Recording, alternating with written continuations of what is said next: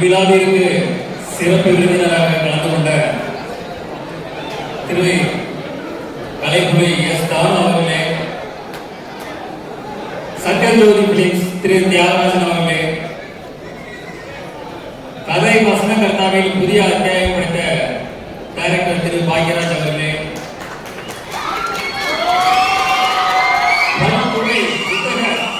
திரு சித்ராலட்சுமன் அவர்களே, ட்ரெண்டிங் இளைஞன் திரு தனஞ்சயன் அவர்களே, நண்பர்களே, உறவினர்களே, பத்திரிகை ஊடக நண்பர்களே, இந்நிகழ்ச்சியை ஊடக வழியாக கண்டு ரசித்துக் கொண்டிருக்கும் ரசிக பெருமக்களே, என் உயிரினும் மேலான என் மீது அதிக அன்பும் அதிக நம்பிக்கை வைத்திருக்கும்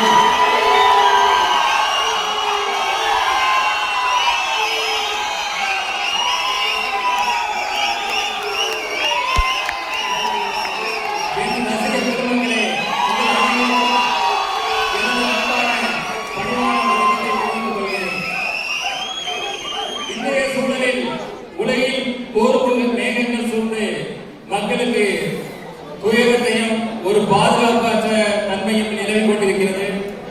இந்த போர் விரைவில் நிறுத்தப்பட்டு மக்கள் அனைவரும் மீண்டும் மகிழ்ச்சியாக ஒரு சந்தோஷமான ஒரு பாதுகாப்பான ஒரு அன்பான வாழ்க்கை வாழ உங்களுடன் சேர்ந்து இறைவனிடம் நானும் பிரார்த்தனை செய்து கொண்டு என் உரையை தொடர்கிறேன்.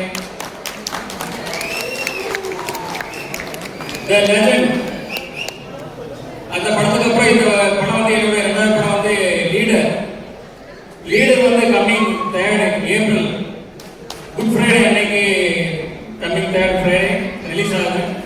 வேர்ல்டு வைடு அண்ட் தமிழ்நாட்டிலையும் ரிலீஸ் ஆகுது. இந்த படத்தோடைய கதை பார்த்தீங்கன்னா ஒரு இன்னசென்ட்டான அப்பா பிள்ளை, அவங்க ரொம்ப சந்தோஷமா வாழ்ந்துட்டு இருக்காங்க. திடீர்னு அவங்க வாழ்க்கையில் மிகப்பெரிய ஒரு கேன்சர் உள்ள வர்றாங்க. அதுக்கப்புறம் நடக்கிற விஷயங்களை நம்ம டைரக்டர் துரை செந்தில்குமார் வந்து அவ்வளோ அழகா இன்றைய தலைமுறையினருக்கு பிடிக்கிற மாதிரி அவ்வளோ அழகான ஒரு ஃப்ரெஷ்ஷா எல்லாருக்கும் பிடிக்கிற வகையில் மிக அற்புதமா இயக்கியிருக்காங்க. அதாவது அவர் வந்து தன்னை முழுசா அதில் அர்ப்பணிச்சுக்கிட்டாரு. எப்பவுமே தன்னை ஒருத்தர் முழுசா அர்ப்பணிச்சு ஒரு வேலை செய்யும்போது அது ரொம்ப பிரமாதமா ஒர்க் அவுட் ஆகும். இந்த படம் அதே போல மிக பிரமாண்டமா வந்திருக்கு. இந்த படத்தை ஃபர்ஸ்ட் எடிட் பண்ணி பார்த்ததும் இந்த மியூசிக் டைரக்டர் ஜிப்ரான் அவர்கள் தான் பார்த்தாங்க. பார்த்துட்டு டைரக்டர் ஃபோன் பண்ணி ஒரு 1/2 hour இந்த படத்தை பற்றி ஒவ்வொரு டீட்டெயிலாக பாராட்டி அந்த அளவுக்கு பேசியிருக்காரு. எனக்கு தெரிஞ்சு இதே போல வேற எந்த படத்துல அவர் பாராட்டிருக்காரு எனக்கு தெரியல. ஸோ அவருடைய இசையும் இந்த படத்தில் வந்து ஒரு புது சாங் அது கூட எதுவும் கிடையாது. இது படத்தோட டிராவல், அதாவது ஸ்டோரியோட டிராவல் ஆகிற மாதிரியான சாங்ஸ் இதில் இருக்கு. அதுக்கான வரிகள் இருக்கு, அதுக்கான படப்பிடிப்பு எல்லாமே அதை நோக்கி பயணிச்சோம். ஸோ அதுக்கான இசையை பிரமாதமாக பண்ணி கொடுத்துருக்கிறார். அடுத்தது நம்ம கேமராமேன் திரு வெங்கடேஷ் அவர்கள். அவர் வந்து பார்த்தீங்கன்னா அவர் கேட்ட லேட்டஸ்ட் டெக்னாலஜி, என்னென்ன லென்ஸ் வேணும், என்ன கேமரா வேணும், என்ன லைட்ஸ் வேணும், அதுக்குள்ள அவர் கேட்ட டெக்னாலஜி அத்தனையும் கொடுத்தோம். அதுக்குள்ள டெக்னீஷியன் அதை வந்து அவர் சிறப்பாக பயன்படுத்தி இந்த அவுட்புட் வந்து ரொம்ப பிரமாதமாக கொடுத்துருக்கிறாரு. இந்த படப்பிடிப்பு பார்த்தீங்கன்னா ஜார்ஜியா, ஜெய்ப்பூர், ஊட்டி, தூத்துக்குடி, சென்னைன்னு எல்லா இடத்துலையும் நடந்தது. அதை வந்து மிக அழகாக பிரம்மாண்டமா படப்பிடிப்பு படுத்து கொடுத்துருக்கிறார். அடுத்தது பிரதீப் ராவ் அவர் வந்து இந்த படத்தை ரொம்ப கிறிஸ்பா இது பண்ணியிருக்கிறாரு. இப்போ ட்ரெய்லர் டீசர் எல்லாம் பார்த்துருப்பீங்க. அதில் எப்படி அவர் கிறிஸ்பா பண்ணாரோ அதே மாதிரி படத்தை ரொம்ப கிறிஸ்பா பண்ணி கொடுத்துருக்கிறாரு. ஆர்ட் டைரக்டர் துரைராஜ் அவர் வந்து பார்த்தீங்கன்னா செட்டு எது நிஜதுன்னு தெரியாது, அந்த அளவுக்கு பிரமாதமாக பண்ணியிருக்காரு. அடுத்தது எங்க டீமோட மகேஷ் மேட்ரிஸ் ஸ்டன் மாஸ்டர், ஒரு யங் அண்ட் ஒரு எனர்ஜெட்டிக் பர்சன்.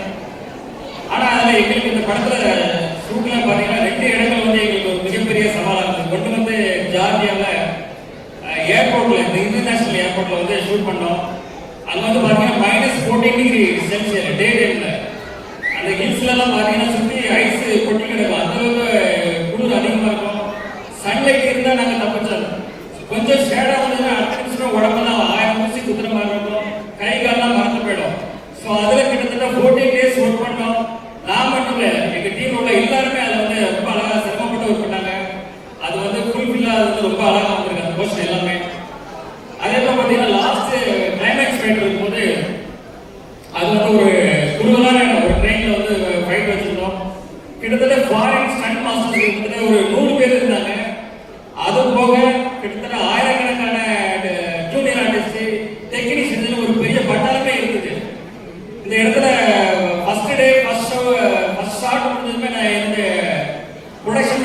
அம்பிகாபதி கூப்பிட்டேன், அம்பிகாபதி எத்தனை ஆம்புலன்ஸ் இருக்கு அப்படின்னு.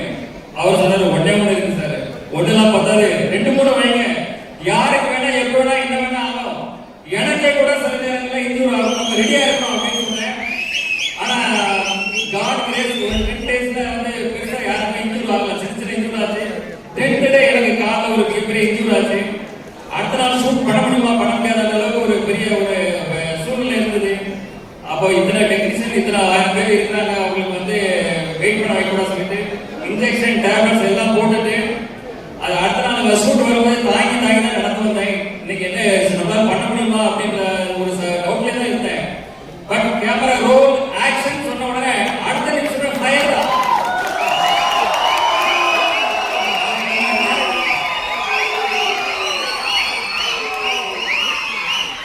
அது நம்ம டேரக்டர் சார் சொன்ன மாதிரி அந்த எனர்ஜி எங்கிருந்து வந்து தெரியாது, அது காட் பிளஸிங், கடவுள் தான் எனக்கு சொல்லலாம். அதே போல இந்த படத்துல ஒர்க் பண்ண அத்தனை டெக்னீஷியன்ஸும் அவங்க வந்து முழுசா அர்ப்பணிச்சு இதுல ஒர்க் பண்ணாங்க. எப்படி நம்ம தலை எப்படி அப்படிதான் வாழு. ஸோ அதே போல என் கூட இருந்த எல்லாருமே அவங்க தன்னை அர்ப்பணிச்சு அந்த இதுல ஒர்க் பண்ணாங்க. அவங்களோட ஒர்க் எல்லாரும் ரொம்ப ஃபென்டாஸ்டிக்கா வந்திருக்கு. அவங்க எல்லாருக்கும் தேங்க்ஸ். அதாவது நம்ம டைரக்டர் டீம் ஆகட்டும், எனி அதர் டெக்னீஷியன், எல்லா டெக்னீஷியனுக்கும் என்னோட தேங்க்ஸ். அவங்களுக்கு என்னோட வாழ்த்துக்களையும் தெரிவித்துக் கொள்கிறேன். அடுத்தது ஆர்டிஸ்ட் பாருங்க. ஆர்டிஸ்ட்ல வந்து பாத்தீங்கன்னா நம்ம அறந்தாங்கி நிஷா அவர்கள் வந்து இந்த ஷூட்ல இருக்கும்போது கோ டைரக்டர் வந்து சொன்னாரு, பக்ருதி சார் இவங்க வந்து ஸ்கிரிப்ட்ல இருக்கிற மாதிரி 2 வார்த்தை திட்டுவாங்க சார் அப்படின்னு. சரின்னு இருந்தேன். அவங்க பார்த்தா ஷார்ட் போகுது திட்டிட்டே இருக்கிறாங்க. எனக்கு ஷாக் ஆயிட்டு உடனே பக்ருதி சாரை கூப்பிட்டு, என்ன சார் இது நீங்க 2 சீன் தானே சொன்னீங்க சார், இன்னும் இவ்வளவு திட்டிட்டு இருக்காங்களா அப்படின்னு. அவர் சொன்னாரு, மேடம் கூட 2 வார்த்தை போட்டுக்கலாமான்னு கேட்டாங்க. நான் சரின்னு சொன்னேன். ஆனா இப்படி மசா போடுவாங்கன்னு எனக்கு தெரியாது சார் அப்படின்னு.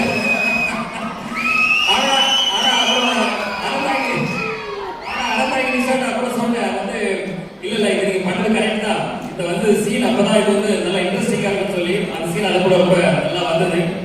அடுத்தது பாத்தீங்கன்னா நம்ம யோகிராம், வேலு, நிரஞ்சன், கதிர், அதுக்கு பத்மன், இவங்க எல்லாருமே அந்த ஆர்டிஸ்ட் அந்த கேரக்டர்ல ரொம்ப அழகா பண்ணாங்க. இதே போல பல ஆர்டிஸ்ட் ஒர்க் பண்ணாங்க. அவங்க எல்லாருக்குமே என்னுடைய வாழ்த்துக்கள். அடுத்தது வந்து இயல் பாப்பா, அவங்க வந்து ஒரு பான் ஆர்டிஸ்ட் தான். டைரக்டர் ஆல்ரெடி இப்ப சொன்னாரு, அந்த சின்ன வயசுலயே அந்த வயசுலயே அந்த அளவுக்கு அதை புரிஞ்சுக்கிட்டு அதை அழகா டெலிவரி பண்ற விதமா இருக்கும் எல்லாம் இருக்கும். செட்லயே அவங்க பேரண்ட்ஸ்க்கு சொன்னேன், இந்த பொண்ணு ஒரு நாளைக்கு பெரிய ஹீரோனா வரணும், அது கண்டிப்பா நடக்கும். அதே போல நம்ம ஜார்ஜ் வில்லியம்ஸ் நடிச்சார் என் கூட. அப்போ அவர் வந்து ஒரு சீன், அவர் அங்க நிற்கிறார், நான் அங்க நிற்கிறேன். அப்போ அவர் வந்து கொஞ்சம் சங்கோச்சப்பட்டார், சார் நீங்க அங்க இருக்கணும் நான் இங்க இருக்கணும் இதான் சார் அப்படின்னு கொஞ்சம் சங்கோச்சப்பட்டாரு. சார் சினிமா தான் சார், இது அப்படிதான் பண்ணணும்னு சொல்லி அவரை சமாதானப்பட்டு அந்த சீனை முடிச்சோம். அதுக்கப்புறம் ஒரு எமோஷனான சீன், என்னோட எமோஷனான சீனு. செட்டில் அந்த சீன் முடிஞ்சதை எல்லாரும் கிளாப்ஸ் பண்ணாங்க. சார் ஓடி வந்து கையை பிடிச்சிட்டு ரொம்ப நெகிழ்ச்சியா கண்ணெல்லாம் கலங்கி அவர் வந்து ரொம்ப பாராட்டினாரு. அந்த தருணமும் ரொம்ப சந்தோஷமா இருந்தது. அடுத்தது பாத்தீங்கன்னா நம்ம பாகுபலி பிரபாகர், அவர் வந்து பாத்தீங்கன்னா ஒரு சீன்ல அப்படி போன அப்படி தூக்கி வீசினாரு. அப்படி பார்த்தா எல்லாம் போன தெரிச்சு கொடுத்து பக்கத்துல இருந்தாலும் எல்லாரும் தூரமா ஓடி போயிட்டாங்க. ஏன்னா அவ்வளவு பயம். என்ன சார் இது இவ்வளவு பவர்ஃபுல்லா அடிக்கிறாரு, ஏன்னா அவர் அச்சான 6 அடிக்கு மேல இருக்கிறாரு, பகவத் மாதிரி இருக்கிறாரு. அது எல்லாம் கொஞ்சம் பயந்தாங்க. அப்புறம் அவர் வந்து சொன்னாரு, இல்ல சார் நான் இப்படி பண்றேன் இப்படி பண்றேன் யாருக்கும் ஒன்றும் ஆகாதுன்னு சொல்லி அடுத்த சீன் எடுத்தோம். அது ரொம்ப இன்ட்ரெஸ்டிங்கா போச்சு. அதே போல பாத்தீங்கன்னா நம்ம லால் சார் வந்து ஒரு மிகப்பெரிய ஜீனியஸ். அவர் வந்து ஒரு ப்ரொடியூசர், ஒரு டைரக்டர், ஒரு ஆக்டர். அவர் வந்து இந்த படத்துல பண்ணும்போது நாங்க எங்களுக்கு ஒரு இது பயம். ஏன்னா மோகன்லாலுக்கு அப்புறம் ஒரு மலையாளத்தில் மிகப்பெரிய ஒரு நடிகர். ஸோ அவர் கூட நடிக்கிற ஷார்ட்ல நாங்கள் ரொம்ப கான்சியஸா பண்ணும்போது மோஸ்ட் ஆஃப் த ஷார்ட் அவர் கூட சார் கூட பண்ணும்போது சிங்கிள் ஷார்ட்ல ஓகே பண்ணோம். அந்த அளவுக்கு சேலஞ்ச் எடுத்து பண்ணேன். அது எல்லாமே most of the time single ஷார்ட்ல இது கொடுத்தது. அது ஒரு இன்ட்ரெஸ்டிங்கான அனுபவம். அடுத்தது பாத்தீங்கன்னா நம்ம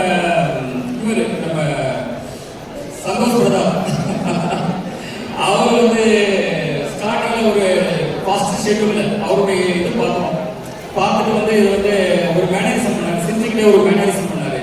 அப்புறம் நான் டைரக்டர் சார் சொன்னேன், சார் இது மேனேஜ்மெண்ட் நல்லா இருக்கு சார், படம் ஃபுல்லா இது டிராவல் பண்ணா நல்லா இருக்கும். சாரும் அக்செப்ட் பண்ணிக்கிட்டாரு.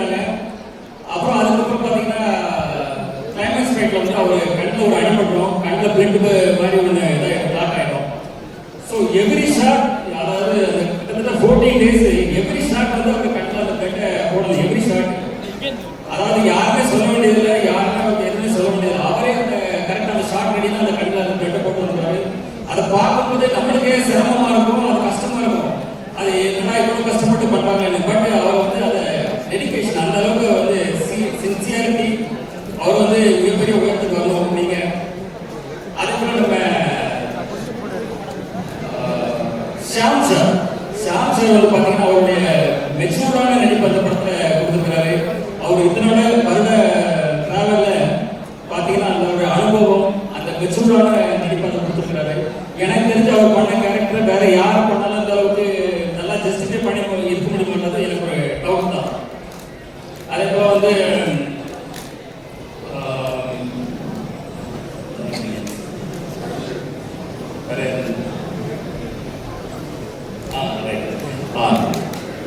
நம்ம வந்து அமிர்தா எதுவும் பண்ணாங்க. அவங்க ஒரு சின்ன ரோல், அதுல நல்ல ரோல் தான் அவங்களுக்கு. அமிர்தா ஐயர் ஆக்சுவலி அவங்க பார்த்தீங்கன்னா செட்டுக்கு வரும்போது வந்து ஒரு இன்னசென்டா இருப்பாங்க. அது வந்து சீன் பார்த்தீங்கன்னா மிகப்பெரிய சீனா இருக்கும். இந்த சீனை அவங்க வந்து எப்படி கன்சியூம் பண்ண முடியும், இப்படி பண்ண போறாங்கன்னு ஒரு பயத்தோட நம்ம இருப்போம். ஆனா அந்த சீனை ரொம்ப அழகா நேர்த்தியா பண்ணி எங்களை ஆச்சரியப்பட வச்சாங்க. அதே போல ஒரு எமோஷனான ஒரு சீன் இருந்தது, அதுலேயே வந்து அவங்க அழகா பெர்ஃபார்மன்ஸ் பண்ணி அதை வந்து எல்லாரோட பாராட்டை பெற்றாங்க. அதே போல ஐஸ்வர்யா லட்சுமி மேடம், அவங்க வந்து பார்த்தீங்கன்னா ஐஸ்வர்யா மேடம் வந்து ஒரு முதிர்ச்சியான பண்பட்ட நடிப்பு, அதாவது அவருடைய ஷெட்யூல் மோஸ்ட்லி எங்களுக்கு ஜெய்ப்பூர்ல தான் இருந்தது. ஒரு முதிர்ச்சியான பண்பட்ட நடிப்பை ரொம்ப சிறப்பாக வெளிப்படுத்தினாங்க. ரியலி அது வந்து அவங்க பாராட்டத்தக்கது. அடுத்தது நம்ம ஆண்ட்ரியா, அவங்க வந்து பார்த்தீங்கன்னா நம்ம டேரக்டர் சார் எல்லாருக்குமே கேரக்டருக்கு வந்து வேற வேற கேரக்டருக்கான நேம் தான் வச்சிருந்தாங்க. ஆனால் ஆண்ட்ரியா அவங்க வரும்போது மட்டும் ஆண்ட்ரியானே சொல்லி எழுதி வச்சிருந்தாங்க. ஏன்னா அந்த கேரக்டருக்கு அவங்க பண்ண நல்லா இருக்கணும், அந்த அளவுக்கு சார் வந்து மைண்டில் ஜஸ்டிஃபை பண்ணி வச்சிருந்தாங்க. அதை படம் பார்க்கும்போது எங்களுக்கு புரிஞ்சது, சார் சொன்ன மாதிரி அவங்க வந்து அதை கரெக்டாக ஜஸ்டிஃபை பண்ணி ரொம்ப அழகாக பண்ணியிருந்தாங்க. அடுத்தது நம்ம தலைவர் ETV கணேஷ் தான். அவர் வந்து பார்த்தீங்கன்னா ஒரு சீன் எடுத்துட்டு இருக்கோம், ஒரு 2 பேருக்கு சேர்ந்த ஒரு க்ளோஸ் அப். சார் வந்து எடுத்துட்டு இருக்காங்க, ஷார்ட் டேக்கு போயிட்டு ஓகே ஆகுது. என்னன்னு பார்த்தா அவர் வந்து அவர் அடிக்கிற காமெடி நம்மளால சிரிப்பை கண்ட்ரோலே பண்ணது இல்லை. சார்ட்ட ஒரு ரிக்வஸ்ட் பண்ணேன், சார் நான் வந்து நான் டைலாக் நான் பேசி முடிச்சதும் அவருக்கு ஷிஃப்ட் பண்ணிடுங்க, அப்பதான் இது ஒர்க் அவுட் ஆகும்னு சொல்லி அதுக்குள்ள பண்ணாங்க. அதுக்கப்புறம் வந்து ஷார்ட் ஓகே ஆச்சு. அதுக்கு ETV கணேஷ் சார் தான் தேங்க்ஸ் பண்ணி, எத்தனை முறை எத்தனை ஷார்ட் எடுத்தாலும் அவர் வந்து சலிக்காம நல்லபடியாக அதை முடிச்சு கொடுத்தாரு. அதே போல பார்த்தீங்கன்னா லாஸ்ட் ஒரு இடத்துல வந்து அவர் வந்து டைலாக், அவர் ஒரு டைலாக் ஆரம்பிச்சு ஒரு இடத்துல முடிக்கணும், அதான் ஸ்கிரிப்ட், அவர் இன்னொன்று ஆரம்பிச்சு இன்னொன்று முடிப்பாரு. அடுத்த வாட்டி சரி, ஏன்னா அதுக்கப்புறம் நான் பேசுவேன், சரி இதில் ஆரம்பிச்சு இதில் முடிப்பது அப்பவும் மாற்றி பேசுவார், நம்ம ஒரே கன்ஃபியூஷன் ஆகிடுவோம். ஆனால் ஏன்னா அவர் ஒரு காமெடியில் இருப்பார், நம்ம ஒரு சீரியஸ் மூடில் இருப்போம் அந்த கேரக்டர். ஸோ ஒரு காமெடியாக இருந்தால் நம்ம ஏதாவது ஒரு கிட்ட போட்டு நம்மளும் அதை ட்ராவல் பண்ண முடியும். ஸோ அதை வந்து பண்ண முடியாமல் போயிடுச்சு. பட் அவர்கிட்ட மிகப்பெரிய திறமை இருக்கு. அவர் ஒரு தயாரிப்பாளர், அவர் ஒரு நடிகர், நாளைக்கே ஒரு பெரிய டைரக்டராக ஆச்சரியப்படல. அவர் கூட ஒரு 2 சீனாவது அடுத்த படத்துல ஒரு ஃபுல்லா ஒரு ஜோவியலான ஒரு காமெடி ட்ராக் பண்ணணும்னு என்னுடைய ஆசை. அடுத்தது படத்தினுடைய ஹீரோயின் பாயல் ராஜ்புத். அவங்க வந்து தெலுங்குல வந்து பார்த்தீங்கன்னா RX100, அப்புறம் வந்து Mangalavaram, heroine centric film, 2 ஃபிலிமும் பிளாக் பஸ்டர்ஸ். ஸோ நாங்கள் வந்து எங்கள் கதைக்கு சார் தேடும்போது சார் சொன்னாங்க வந்து ஒரு ஹோம்லியாகவும் இருக்கணும், ஒரு ஆக்ஷன் ஓரியன்ட் ஹீரோயினாகவும் இருக்கணும். ஸோ அதை 2மே ஜஸ்டிஃபை பண்ணி ரொம்ப பிரமாதம் பண்ணாங்க. ஸோ தமிழ் சினிமாவுக்கு வந்து அவங்க ஒரு இந்த பெர்ஃபார்மன்ஸ் வந்து ஒரு புதுசாக இருக்கும், எல்லாருக்கும் பிடிக்கணும்னு நினைக்கிறேன். ஃபைனலாக இந்த படத்தை வந்து வெற்றிமாறன் சார் அப்புறம் தனுஷ் சார்லாம் இப்போ ரீசெண்டாக பார்த்துட்டு இந்த படம் பிரம்மாண்டமாக இருக்கு.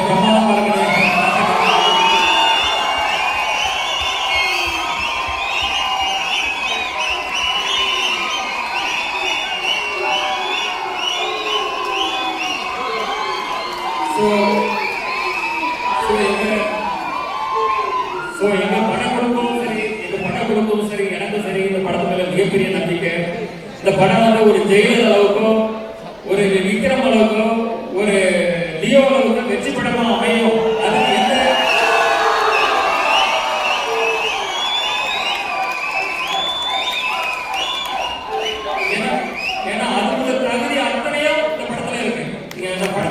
நீங்க பார்க்கணும்னு நினைக்கிறேன். கமிங் ஏப்ரல் 3 வர குட் ஃப்ரைடே அன்னைக்கு கவர்மெண்ட் ஹாலிடே அன்னைக்கு ரிலீஸ் ஆகுது. ஸோ ஃபேமிலியோட எல்லாரும் பாருங்க. உங்களை 100% இதுவரை சாட்டிஸ்ஃபை பண்ணோம்.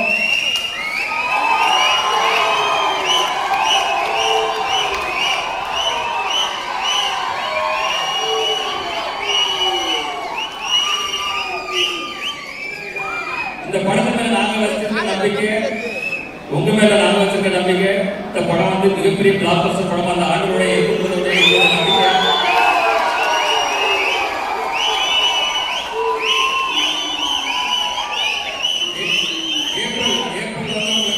ஏப்ரல் வந்து ஹாலிடே அண்ட் சம்மர் ஹாலிடே வந்தது. ஸோ சம்மர் ஹாலிடே லீடரோட பார்த்து என்ஜாய் பண்ணுங்க. அப்புறம்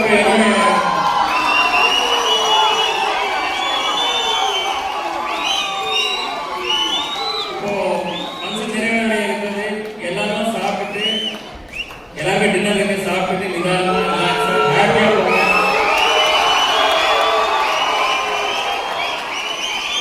நிகழ்ச்சியை கொடுப்பாங்க.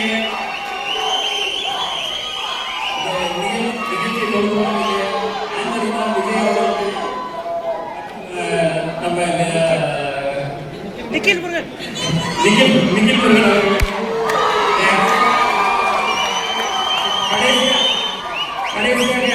கடைசியாக இந்த படத்துல வந்த ஒரு முக்கியமான எனக்கு ரொம்ப பிடித்த டைலாக், அந்த டைலாக்கோட சொல்லி இந்த படத்தை நிறைவேற்றுறேன்.